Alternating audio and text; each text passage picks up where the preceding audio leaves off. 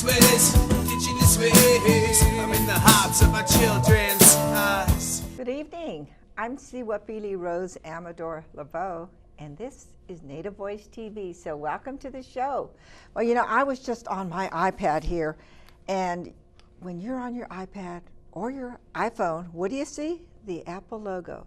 So it's my pleasure to introduce CarlosPerez. You drew the Apple logo, but we have a lot to talk about. So welcome to the show. Thank you, Rose. I'm very honored to be here.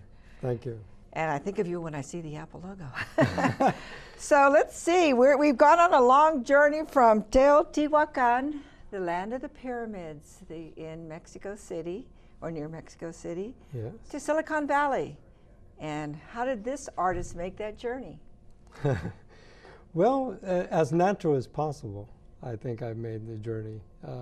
Ever since I was a little child, there's been a creative spirit within me, and I think that I've allowed and let it sort of guide my life, and it's allowed me to be fortuitous, or whatever you want to call it, to come in touch with certain things in life that have gone on to be something great, I guess, in a lot of different ways, however you measure greatness. When did you know you were an artist? I would say realistically, probably when I was a teenager. But I was about 7 years old. My aunts, for whatever it is that they saw in me, they began to encourage a creative process to exist in my life, and they started sending me to the local artists in our little town in Jalisco, where I lived. And again, I don't know how it all came about, but every Saturday I now was going over to the home of, not only was she a teacher at our grammar school where I went to grammar school, but she was also an artist. And my aunt said to me, well, you're going to start on Saturdays going over to see the profesora, and she's going to teach you all about art. Didn't have any clue about what it was that I was going to go do, but I went to go do it because that's what they wanted me to do. I don't know if it was to keep me out of trouble or whatever, but it was an experience that I'll never forget because it was something that I was introduced to by this professor, or by this profesora, that it was in the most natural way. But were you a good artist as a little kid? I mean, did they see that in you and say, you know what, he's an artist? I have no idea. I can't tell you whether I was a good artist or not. All I know is that they wanted me to start going to Saturday classes with this profesora that was a painter, and she began to nurture that in me. And she did it in such a wonderful, pleasant way. She just simply said, Carlitos, and in those days they actually called me El Peloncillo. Pelon, have fun. Sit there and enjoy yourself. And she gave me pencils, color pencils, and paper, and I began to draw. And she said, what do you like? And I says, well, I like monkeys. She says, well, draw a monkey. And so I wish I had the drawing, but I don't. But it would have been nice to have somehow kept it for, keepsake. But I now collect all my grandkids' drawings, and I'm making sure that they have them when they grow up. You keep all those tissues, huh? So tell us about this tissue, this famous tissue. Well, in 1970, it all started when I graduated from San Jose State from the graphic design program in 1974. I was picked up as an apprentice at Regis McKenna Advertising Agency for a period of 2 years. Actually, I'm sorry, for a period of 6 months. It was a 6-month apprenticeship. And I was fortunate enough because I graduated in the top 3 of the class. And so they gave this honor to those 3 individuals, and they gave them an apprenticeship somewhere so that they can get their careers sort of off the ground.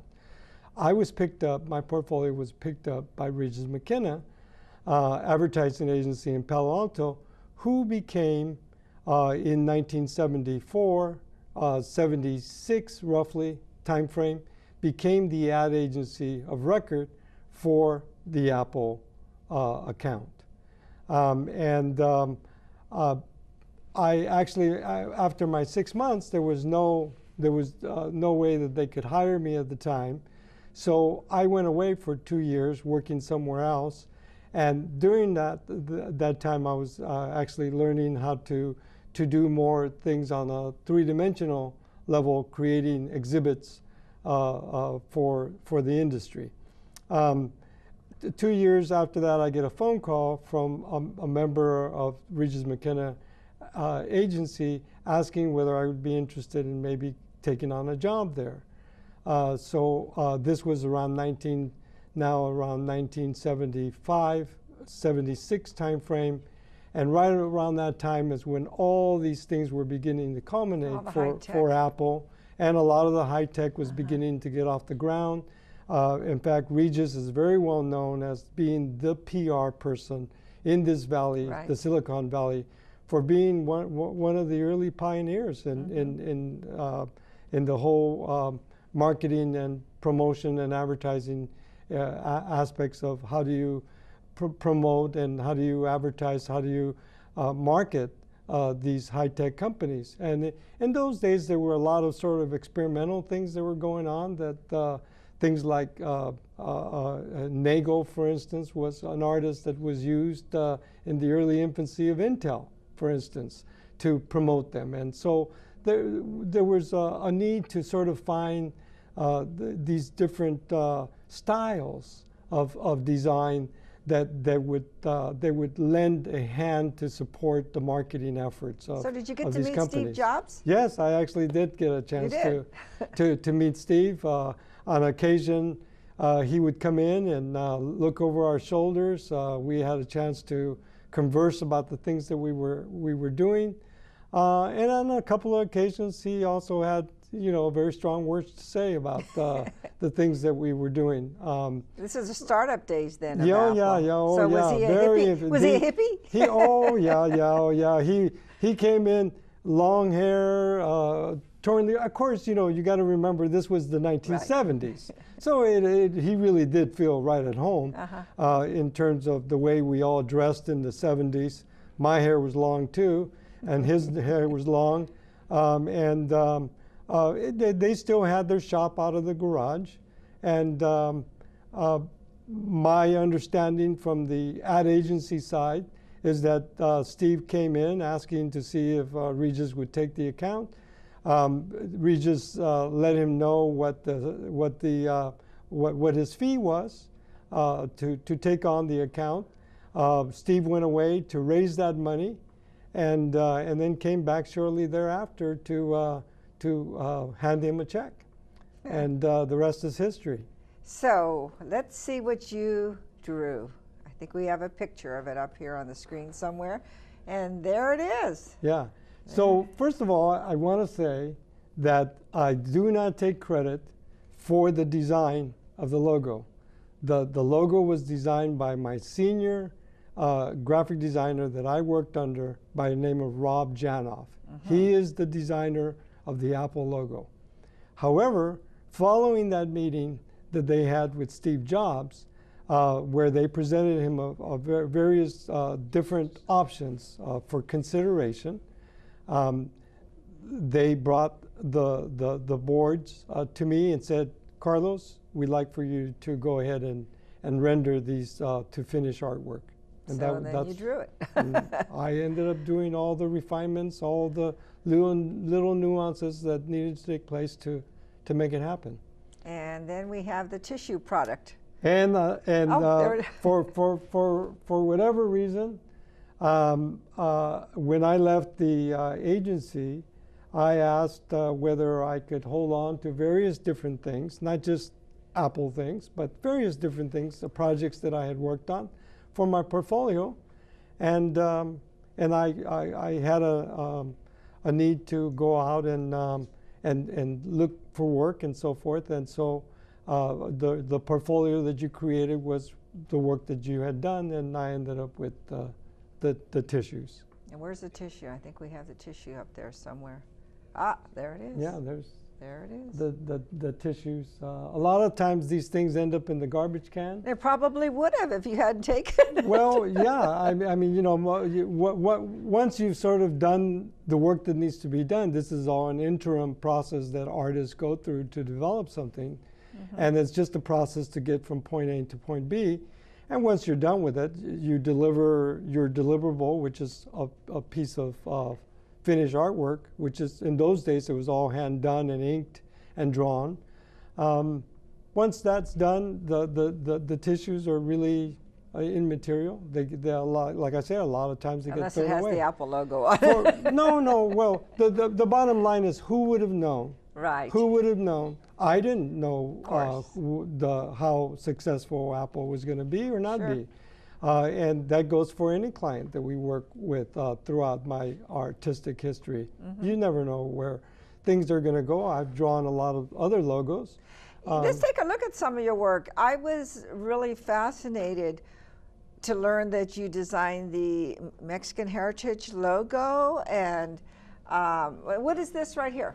This is the mural is titled The Artistic Mestizaje, el Mestizaje Artista, and it basically it's the confrontation, if you will, that happens when two cultures collide, good, bad, or whatever, they happen, and so this I was commissioned to do this from the artistic point of view. Tell us what mestizaje means. Well, mestizaje means is the blending of two cultures, of whether it's forcefully done like it was, or not. It's simply what happens. Through my blood runs mestizo blood. And where I'm is that indigenous. piece? It's at the Mexican Heritage Plaza. Ah, It's in the main quad outside.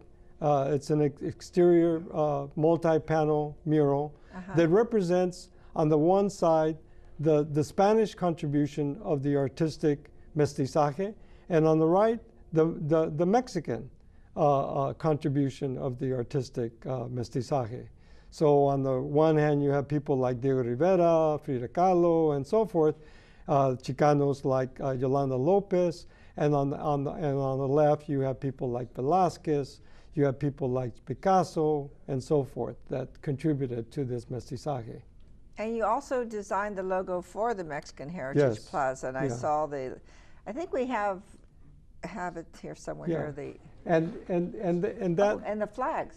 well, That was for what now? now this was for the dedication of the memorial to Cesar Chavez Oh, at San Jose at State. the San Jose State.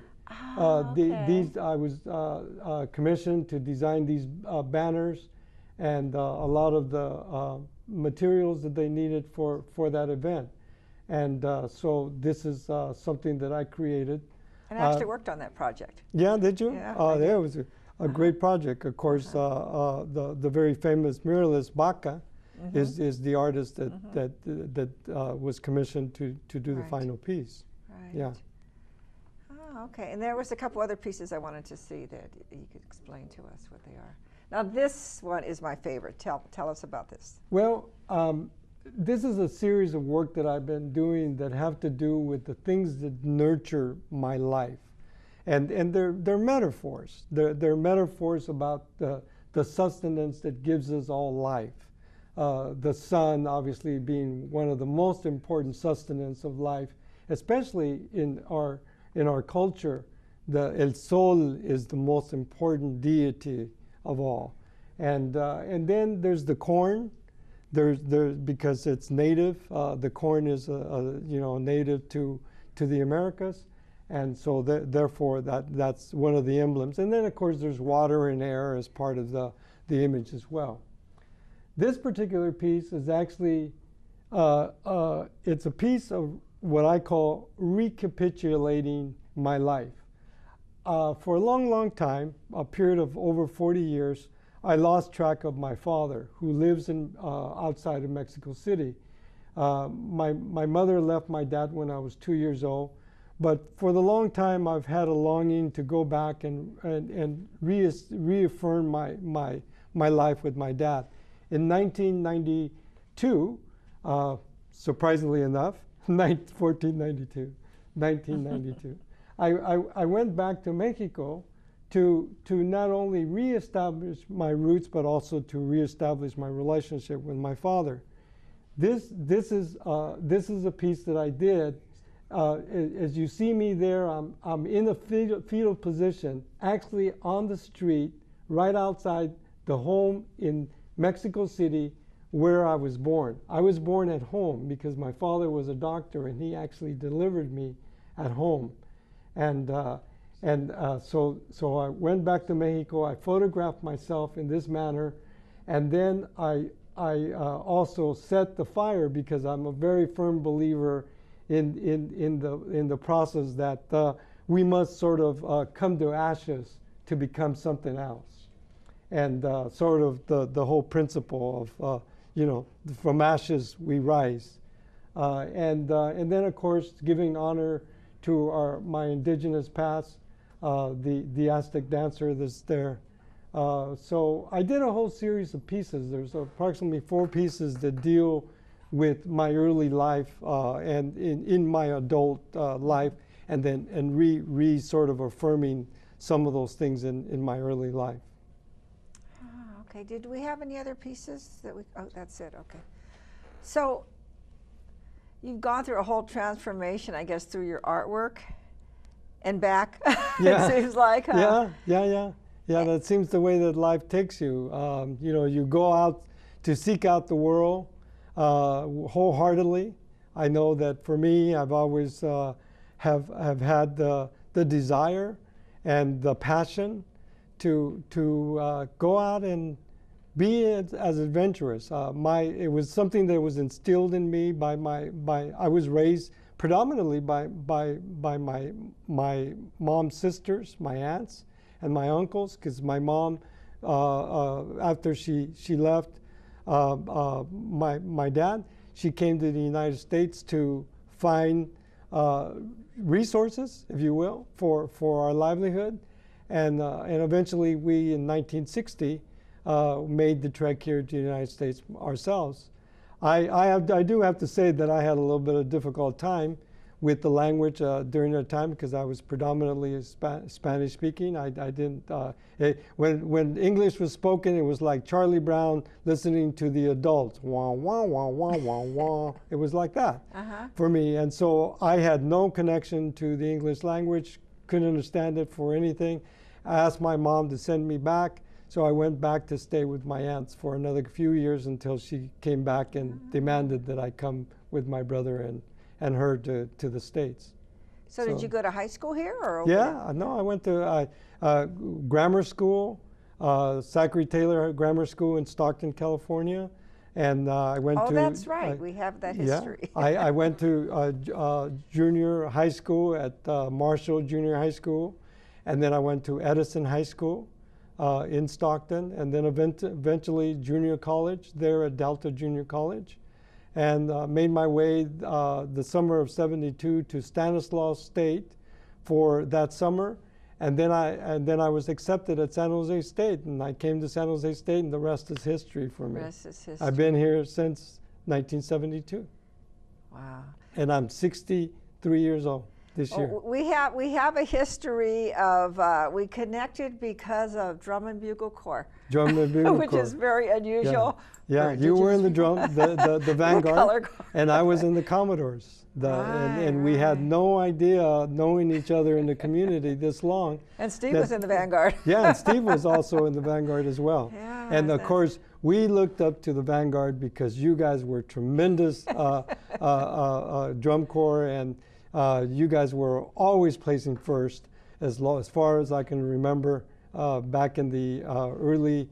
Well, I was in drum corps from about 1967 to about 1970, roughly when I graduated from high school. That was about the time that I began to sort of leave the drum corps behind and move on to the next, period of my life. You know, if you started in art back with your aunts or when you were a kid, what did you always connect to art, or did you lose it somewhere? No, because we were talking always, about drum corps. always, Just wondering. yeah. So, 'cause you said you also did running in school. You ran track and stuff. So you've been involved in a lot of activities. I was a sub 5-minute miler.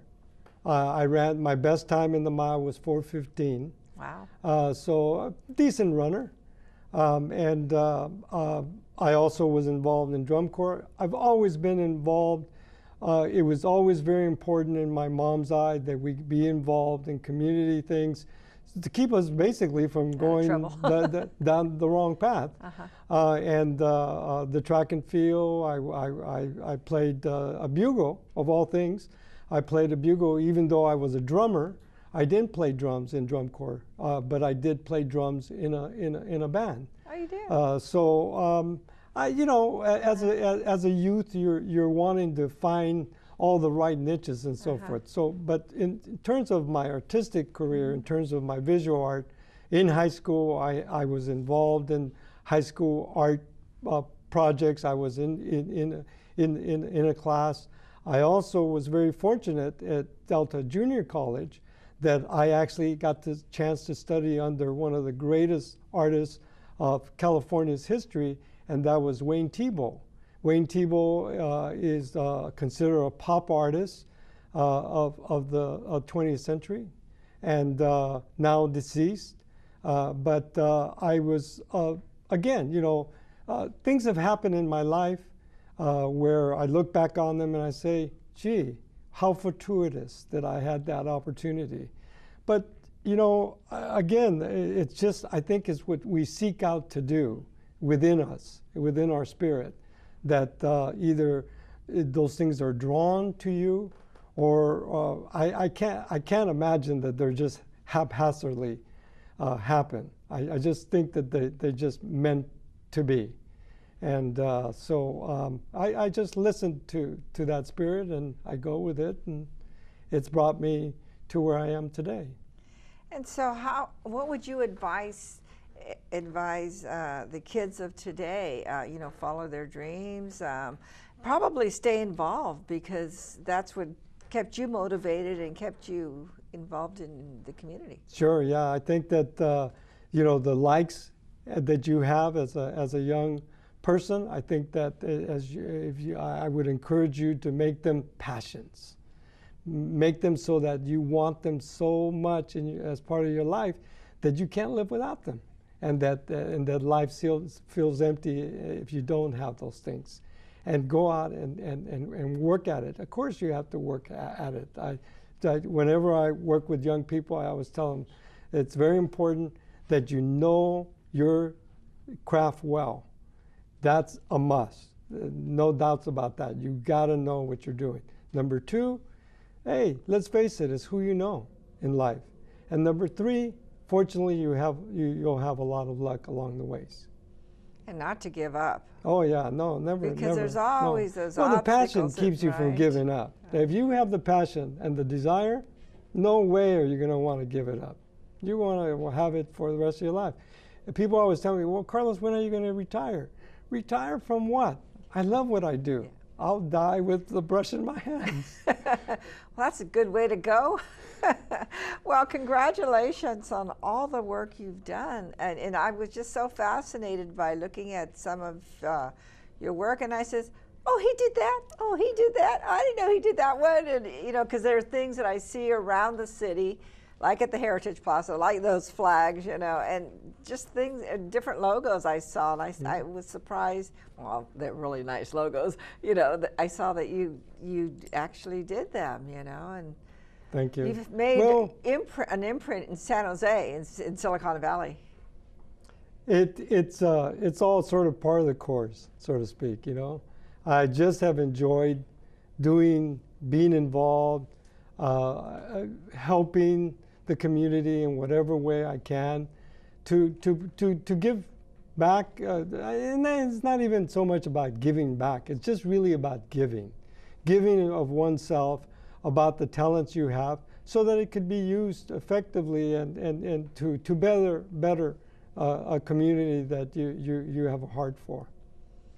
Well, you've really influenced our community. I'm proud to say I know you, and that an indigenous Chicano drew the Apple logo. I mean, that's really something to say, you know, and when I heard that, I was really impressed. It's funny, I like to think about it that a little Mexicano, a poor little Mexicano, came all the way to the United States so that he could draw that Apple logo. All right. Well, congratulations. Thank you for being here with us. Thank you. It's my pleasure. It's been a pleasure.